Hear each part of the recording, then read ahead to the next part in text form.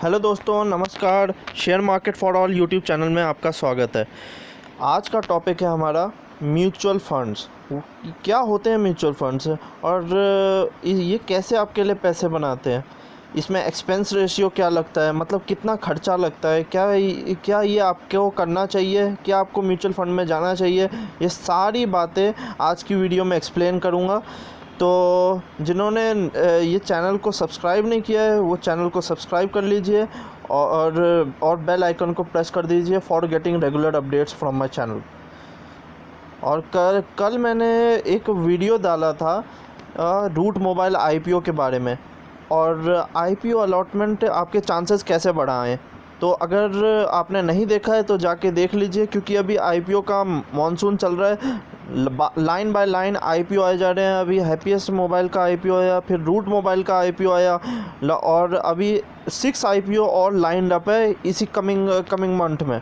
तो फिर जाइए, देखिए और अपने आईपीओ अलॉटमेंट के चांसेस को इंक्रीज़ कीजिए। तो चलिए आज का टॉपिक शुरू करते हैं। तो दोस्तों, आप और मैं सोचते हैं कि 1000 की वैल्यू क्या होती है। 1000 तो आप यूं ही महीने में ऐसे ही खर्चा कर देते होंगे। आजकल तो 1000 कुछ नहीं रह गया है। लेकिन चलिए आज मैं आपको 1000 की वैल्यू बताता हूँ। अगर आप मंथली 1000 रुपीज़ इन्वेस्ट करें और रिटर्न म्यूचुअल फंड में करीब 15% मिल ही जाता है, और 40 साल के लिए करें सिर्फ 1000, बाकी आप अपनी ज़िंदगी जिए, तो देखिए आपको कितना पैसा मिलता है। आपको मिलेगा पूरे 3 करोड़ 14 लाख। मतलब सोच रहे हैं, सिर्फ 1000 पर मंथ से आप बना सकते हैं 3 करोड़ रुपए। 1000 पर मंथ। इतने तो बच्चों को आजकल वो पॉकेट मनी मिल जाती है। और मैं आपको सिर्फ वो 1000 रुपये इन्वेस्ट पर मंथ करने को कह रहा हूँ, और 40 साल बाद आप देखिए कहाँ होंगे, 3 करोड़ के मालिक होंगे आप। हालांकि आप जब जॉब करने लगेंगे तब आप और भी ज़्यादा इन्वेस्ट कर सकते हैं, और आप चाहें तो और भी ज़्यादा कमा सकते हैं। लेकिन सिर्फ 1000 की वैल्यू मैं आपको बताना चाहता था। तो चलिए जान लेते हैं कि म्यूचुअल फंड होते क्या हैं आखिर। म्यूचुअल फंड्स, ये म्यूचुअल फंड होते हैं एक्चुअली बहुत सारे लोग, जैसे आप, मैं और 100 ऐसे ही और बहुत सारे लोग मिल के वो खुद इन्वेस्टमेंट तो कर नहीं सकते, क्योंकि शेयर मार्केट में बात है, बहुत सारे शेयर्स अगर आप ख़रीदना चाहते हो किसी भी कंपनी के, तो करोड़ों रुपए लगते हैं। आप और मैं तो इतने अमीर हैं नहीं कि करोड़ों रुपए लगा सके। तो फिर इससे फॉर्मेशन होती है एक एसेट मैनेजमेंट कंपनी की, जो कि आपकी और मेरी जगह पे इन्वेस्टमेंट करती है। हम उसको पर महीना कुछ रुपया भेजते हैं या फिर लमसम करते हैं। 2 तरीके होते हैं इन्वेस्टमेंट के। एक होता है एसआईपी, जो कि होता है सिस्टमैटिक इंस्टॉलमेंट प्लान। दूसरा होता है लमसम। ये दो तरीके होते हैं इन्वेस्टमेंट करने के। एसआईपी में क्या होता है, हर महीने थोड़ा थोड़ा रुपया आप डालते हैं अपने म्यूचुअल फंड में या अपने एसआईपी में, और लमसम में आप एक बार में कुछ पैसे लगा के भूल जाते हैं। लमसम जैसे कि 5 लाख, 10 लाख, कुछ भी आप लगा के एक बार भूल जाते हैं, और फिर आप सीधा 5 साल बाद देखते हैं। तो एसआईपी हम जैसों के लिए बहुत अच्छी चीज़ है, क्योंकि हम बहुत ज़्यादा इन्वेस्टमेंट एक बार में नहीं कर पाते हैं।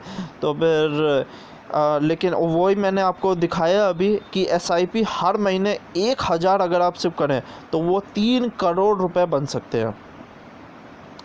तो ये होती है एसेट मैनेजमेंट कंपनी, जो कि फॉर्म होती है आपके और मेरे पैसे देने से, और वो 100-200 रुपये ही आपसे लेती है, और फिर बदले में वो बीच में अपना कुछ एक्सपेंस रेशियो चार्ज करती है, जो कि सेबी, जो कि बोर्ड है फॉर मैनेजमेंट ऑफ और द मार्केट मतलब जिसमें share market, exchanges, mutual fund सब कुछ आता है, उसका रेगुलेटर है सेबी। जैसे है सीबीएसई है फॉर एजुकेशन बोर्ड, वैसे सेबी है फॉर मार्केट मॉनिटरेशन। ठीक है। तो ये होते हैं म्यूचुअल फंड्स। वो अपने इस चीज़ में बहुत एक्सपर्ट होते हैं, क्योंकि आपको एक इंडिविजुअल है, आप तो जानते नहीं हैं किन शेयर में इन्वेस्ट करना है। तो फिर आपको एक एक्सपर्ट एडवाइस होती है। वहाँ पे एक फ़ंड मैनेजर आईआईएम, आईआईटी का एक बहुत बड़ा फ़ंड मैनेजर वहाँ बैठा हुआ होता है, जो आपके पैसे को मैनेज करता है और शेयर मार्केट में लगाता है आपकी जगह पे, जो कि लगाता है और आपको बदले में रिटर्न मिलते हैं।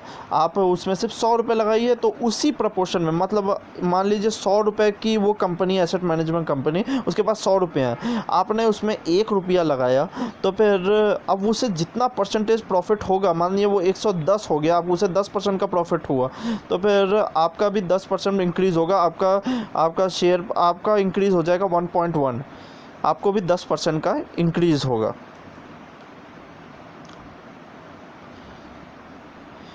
इन्वेस्टर्स जो कि लगाते हैं पैसे म्यूचुअल फंड्स में, उन्हें कुछ एलोकेट हो जाता है फ़ंड यूनिट, उन्हें फ़ंड यूनिट एलोकेट हो जाता है, जिन्हें वो बेच के बाद में वो बेच सकते हैं, कभी भी वो बेच सकते हैं और अपना पैसा वापस अपने हाथ में ले सकते हैं। वो बीच में बस म्यूचुअल फंड्स अपना कुछ एक्सपेंस रेशियो, जो कि वो जिन पे वो काम करते हैं, क्योंकि वो काम आपके लिए करते हैं तो कुछ तो चार्ज करेंगे, उन्हें भी अपना घर चलाना है, तो वो कुछ थोड़ा बहुत चार्ज करते हैं, उसे कहते हैं एक्सपेंस रेशियो। तो अब म्यूचुअल फ़ंड का ब्रेकडाउन क्या क्या होता है। म्यूचुअल फ़ंड कई चीज़ों में इन्वेस्ट करते हैं, जैसे डायरेक्ट इक्विटी स्टॉक्स में इन्वेस्ट करते हैं, डेब्ट में इन्वेस्ट करते हैं, डेब्ट में मतलब डिपॉजिटरी बिल्स वगैरह, गवर्नमेंट बॉन्ड देती है, अब गवर्नमेंट वो आपको 6% पर एनम कुछ देती है। ऐसे 10 ईयर का बॉन्ड होता है, 5 ईयर का बॉन्ड होता है, अलग अलग बॉन्ड्स होते हैं, उनमें वो इन्वेस्ट करती है।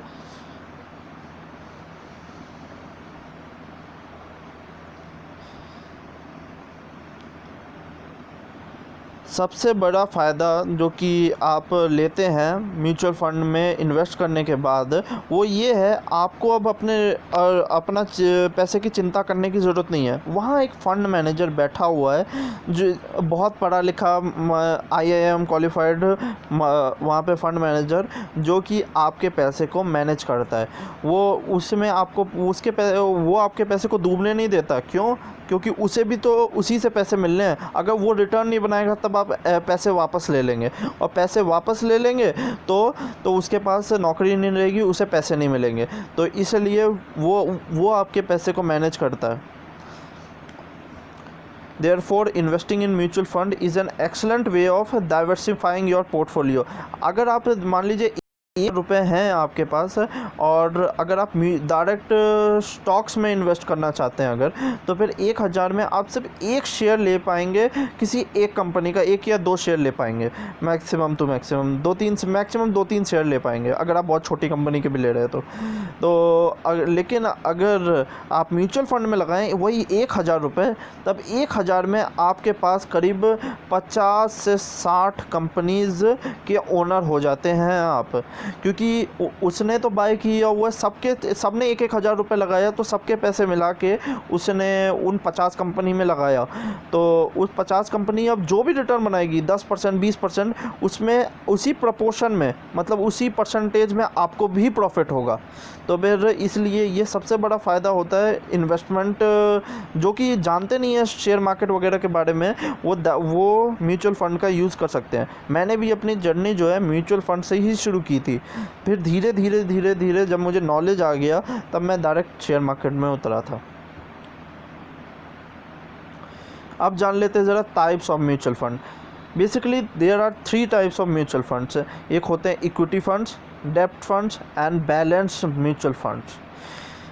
तो अब ये इक्विटी फंड म्यूचुअल फंड्स क्या होते हैं। इक्विटी फंड्स जैसा नाम सजेस्ट करता है, इक्विटी फंड जो डायरेक्ट स्टॉक मार्केट में इन्वेस्ट करते हैं, शेयर्स खरीदते हैं। इक्विटी मतलब शेयर्स, इक्विटी मार्केट में वो जो भी म्यूचुअल फंड 65% से ज़्यादा पैसा अपना इक्विटी में रखे, उसे कहते हैं इक्विटी म्यूचुअल फंड। ये रूल बनाया गया है सेबी के द्वारा, मैंने नहीं बनाया है, उन्होंने भी नहीं बनाया है। और सबसे बड़ा बात, इक्विटी म्यूचुअल फंड्स में ही वो कैपेबिलिटी होती है जो सबसे ज़्यादा रिटर्न दे सकते हैं। पर ईयर आपको 20 to 25% के भी रिटर्न मिल जाते हैं, कई बार 20 to 25% पर एनम, जो कि आपको अगर आप सेविंग्स अकाउंट वगैरह या फिर एफडी भी कराएं तो भी मैक्सिमम 5 से 6% का आपको रिटर्न मिलेगा। अब ज़रा टाइप्स ऑफ इक्विटी फंड्स के भी कुछ टाइप्स होते हैं, मेजरली 3-4 टाइप्स होते हैं। एक होता है स्मॉल कैप फंड्स वो होते हैं जो कि शेयर मार्केट में पैसे लगाते हैं उन कंपनियों में जिनका रैंक होता है 250 से ज़्यादा होते हैं और मार्केट कैपिटलाइजेशन उसकी छोटी होती है, इसलिए उन्हें रैंक किया जाता है 251। शेयर मार्केट में रैंकिंग कैसे होती है? रैंकिंग होती है मतलब सबसे ज़्यादा पैसा किसके पास है। सबसे ज़्यादा पैसा रिलायंस के पास है, वो करीब 12 लाख करोड़ की कंपनी है। फिर उसके बाद 7 लाख करोड़ की HDFC बैंक है। वैसे ही करते करते जो कंपनी 250 के नीचे आती है वो होती है स्मॉल कैप फंड्स। उनमें स्मॉल कैप फंड्स पैसा लगाते हैं स्मॉल कैप कंपनियों में, लेकिन सबसे ज़्यादा रिटर्न स्मॉल कैप कंपनियां ही बनाती हैं, स्मॉल कैप फंड्स ही बनाते हैं 20-30% के रिटर्न। लेकिन इसमें जो है स्मॉल कैप फंड्स में सबसे ज़्यादा रिस्क भी इसी में होता है, क्योंकि ये कंपनी जो होती है ऑपरेटर ड्रिवन होती है। कोई भी बड़ा प्लेयर मतलब जैसे 100-200 करोड़ अगर किसी कंपनी में लगा दे तो वो शेयर एकदम से भागने लगता है, और फिर एकदम से अगर वो पैसा निकाल ले तो वो शेयर प्राइस एकदम से घट भी जाता है। तो फिर ये सबसे ज़्यादा रिटर्न तो प्रोवाइड करती हैं लेकिन बहुत ज़्यादा रिस्की भी होती हैं। फिर आती है मिड कैप फंड उन कंपनीज़ में पैसा लगाती हैं जो कि लार्ज कैप मतलब ज़्यादा पैसा जिनके पास भी नहीं है और कम पैसा भी जिनके पास नहीं है, वो बीच के फंड में लगाती हैं। जिन कंपनियों में लगाती हैं जिनके पास 100 जिनका रैंकिंग आता है 100 के बाद और 250 तक, 251 से पहले। ये मीडियम रिटर्न प्रोवाइड करती हैं, ना बहुत ज़्यादा ना बहुत कम, और बीच का मतलब 20% ये करीब प्रोवाइड कर देती हैं।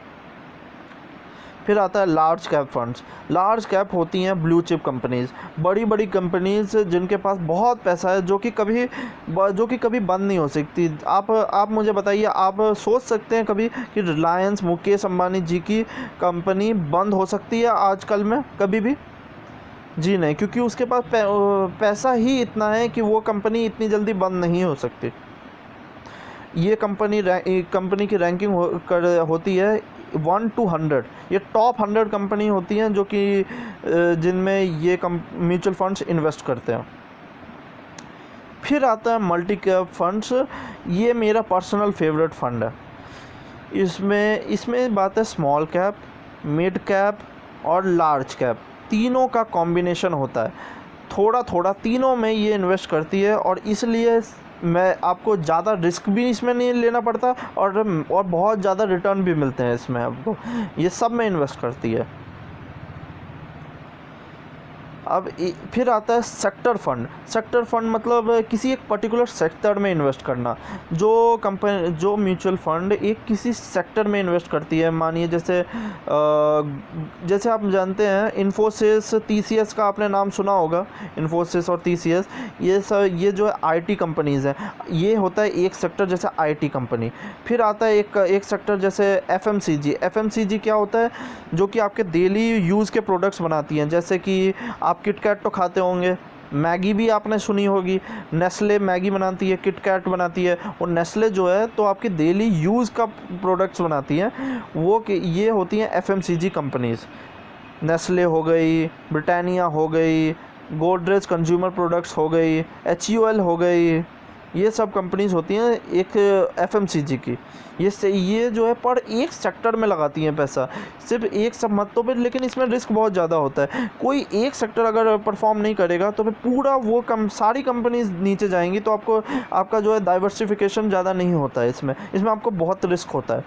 जैसे अभी आप मान लीजिए आपने इसमें ट्रैवल सेक्टर में आपने पैसा लगाया हुआ है इस सेक्टर में, और अभी कोरोना की वजह से सारा ट्रैवल बंद है, ना फ्लाइट्स चल रही है, ना ट्रेनें चल रही हैं, ना बस कुछ भी नहीं चल रही हैं। तो फिर सारे के सारे जो कि ट्रैवलिंग के शेयर्स हैं वो नीचे आ गए हैं। तो पूरा का पूरा ये सेक्टर में नुकसान है। जिसने इस सेक्टर में अभी इन्वेस्ट कर रखा है उन्हें नुकसान है। फिर आता है इंडेक्स फंड। ये भी one of my favourite funds है। क्योंकि इंडेक्स फंड जो होते हैं वो होते हैं निफ्टी और सेंसेक्स पे, मतलब बड़े बड़े इंडेक्स पे होते हैं ये। कि इंडेक्स क्या होता है? इंडेक्स होता है इंडिया की, जो इंडिया की इकोनॉमी को रिप्रेजेंट करते हैं। निफ्टी का आपने नाम सुना होगा। निफ्टी इंडिया की टॉप 50 कंपनीज़ को कंप्राइज करती है। इंडिया की टॉप 50 कंपनीज़ जो कि हैं उन्हें मिला के निफ्टी बनता है। और इसे बनाता कौन है? बड़े बड़े फंड मैनेजर, छोटे मोटे नहीं, बहुत बड़े बड़े, जहां आप और मैं सोच भी नहीं सकते, वो सब जो कि एनालिस्ट बहुत बड़े बड़े होते हैं, वो ये बनाते हैं। इंडिया की इकोनॉमी को रिप्रेजेंट करते हैं ये इंडेक्स। अभी जैसे निफ्टी और सेंसेक्स, तो इसमें पैसा भी लगाना बहुत ही सेफ़ होता है। और सबसे इसमें एक प्रॉफिट भी होता है। एक्सपेंस रेशियो इसमें बहुत कम होता है, 0.1, 0.2, मतलब खर्चा बहुत कम आता है, क्योंकि इन्हें कुछ रिसर्च नहीं करनी पड़ती। जो कि इंडेक्स फंड में पहले से कंपनीज़ हैं, ये उनमें चुपचाप पैसा लगा देती हैं उसी रेशियो में। तो फिर इसलिए ये पैसा भी आपसे बहुत कम चार्ज करती हैं, 0.1%, 0.2%, बस इतना ही। अब आती है ELSS फंड। ELSS फंड उनके लिए है जो टैक्स बचाना चाहते हैं। ये आप एक तरह से गवर्नमेंट को पैसे दे रहे हैं और गवर्नमेंट उसके बदले आपको टैक्स में रिलीफ दे रही है 1.5 लाख रुपए का। ये 80C सेक्शन के अंदर आता है। आपको जिनको टैक्स बचाना है वो इसमें इन्वेस्ट करते हैं, और ये आपको रिटर्न भी देते हैं, करीब 10-12% के रिटर्न भी आराम से मिल जाते हैं एक साल में। फिर आती है, मैंने जैसा बताया, सेकंड कैटेगरी। एक ये था पहला कैटेगरी, इक्विटी। अब सेकंड कैटेगरी आता है, वो है डेप्ट। डेप्ट म्यूचुअल फंड्स क्या होते हैं? डेप्ट म्यूचुअल फंड्स वो होते हैं जो कि इक्विटी बहुत ज़्यादा रिस्की होती है, कभी भी मार्केट ऊपर, कभी भी मार्केट नीचे। अभी कोरोना जैसे ही आया तो फिर बहुत ज़्यादा कंपनियों में रिस्क आ गया कि कंपनी बंद हो जाएगी वगैरह। लेकिन डेप्ट म्यूचुअल फंड्स बहुत ज़्यादा सेफ़ होते हैं, क्योंकि उन्हें मार्केट में अब क्या हो रहा है क्या नहीं हो रहा है उससे फ़र्क नहीं पड़ता है। वो खुद ही में वो कंपनी के द्वारा, गवर्नमेंट के द्वारा जो बॉन्ड्स इशू होते हैं, जो ट्रेजरी बिल्स आते हैं, सर्टिफिकेट्स मिलते हैं पैसों के बदले, उनमें वो इन्वेस्ट करते हैं और बदले में उन्हें पैसे मिलते हैं। 65% से ज़्यादा जो म्यूचुअल फंड डेप्ट में इन्वेस्ट करे उन्हें कहते हैं डेप्ट म्यूचुअल फंड्स। इसके भी कुछ टाइप्स होते हैं। एक होता है डायनेमिक बॉन्ड फंड।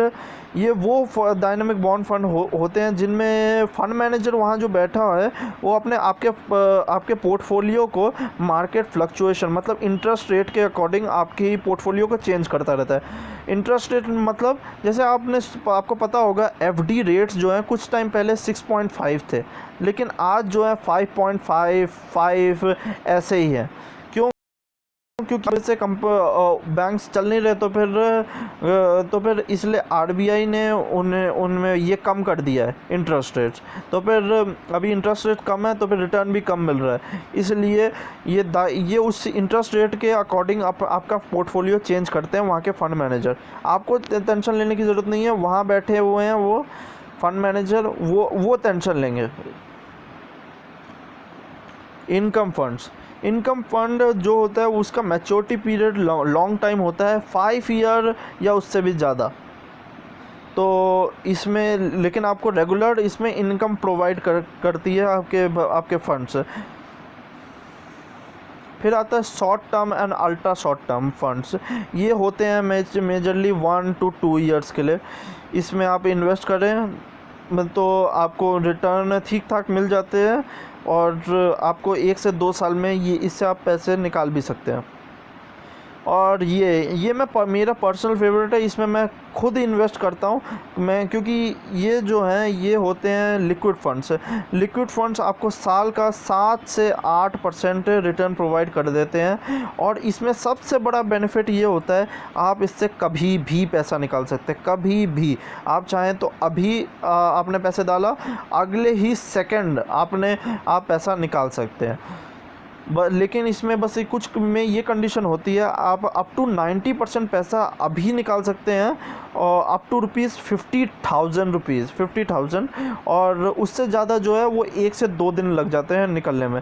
तो मैं पर्सनली सेविंग्स अकाउंट में पैसे नहीं रखता हूँ, मैं लिक्विड फ़ंड में या FD की जगह मैं लिक्विड फ़ंड में पैसा रखता हूँ।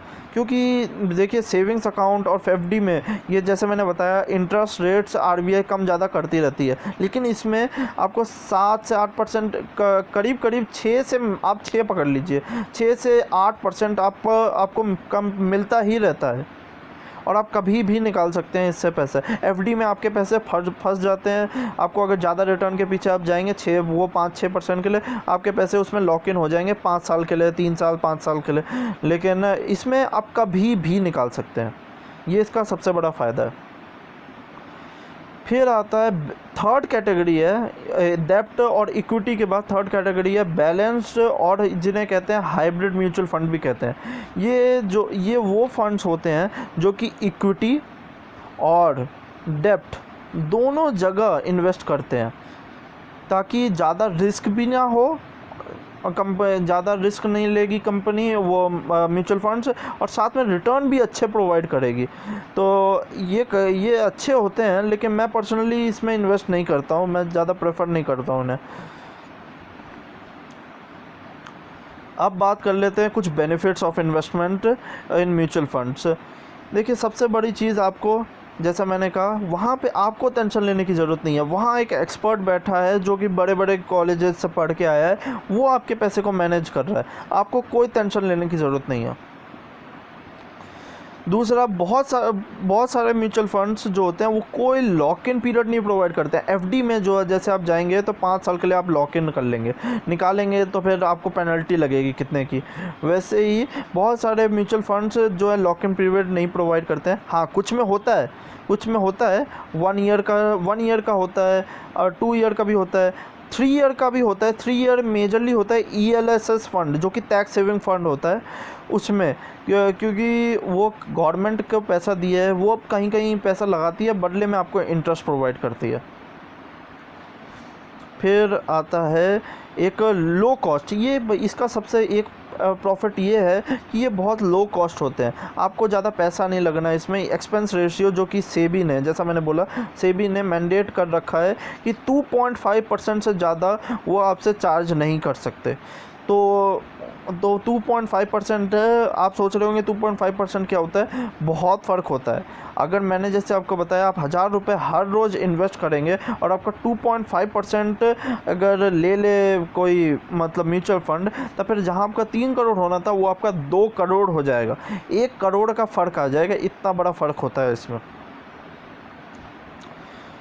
सिस्टमेटिक इंस्टॉलमेंट प्लान है। देखिए, शेयर मार्केट में आप डायरेक्टली कभी भी सिस्टमेटिक वे में नहीं कर पाएंगे। मतलब हर महीने तो आपके पास पैसे नहीं है तो कोई बात नहीं, आप इसमें कर सकते हैं 1000 इस महीने डाल दीजिए, अगले महीने फिर 1000 डाल दीजिए, फिर तीसरे महीने फिर 1000 डाल दीजिए। लेकिन शेयर मार्केट में तो देखिए, जो प्राइस आएगा शेयर का, आपको वो प्राइस पे दोबारा इन्वेस्ट करने नहीं मिलेगा, वो आपको खुद ही मैनेज करना पड़ेगा, खुद ही सोचना होगा। इसमें आपको कोई टेंशन नहीं है, हर महीने थोड़ा थोड़ा पैसे डाल सकते हैं, या तो चाहे आपके पास पैसे एक महीने नहीं भी आए तो अगले महीने डाल दीजिए, उसके अगले महीने डाल दीजिए, क्वार्टरली भी डाल सकते हैं आप, एनुअली भी डाल सकते हैं आप, आपकी मर्ज़ी, आप जब चाहें पैसे डालें, जब चाहें विड्रॉ कर लें। इसमें ये सबसे बड़ा आपका एडवांटेज है, और आपके पैसे इंक्रीज साथ साथ कर रहे हैं वहाँ, क्योंकि आपका एक फ़ंड मैनेजर बैठा है जिसको लाखों रुपए देके फंड, म्यूचुअल फंड इंडस्ट्री ने, एसेट मैनेजमेंट कंपनी ने रखा है, वो आपके फ़ंड को मैनेज कर रहा है। इसमें एक और फ़ायदा ये होता है, आप कभी भी स्विच कर सकते हैं फ़ंड।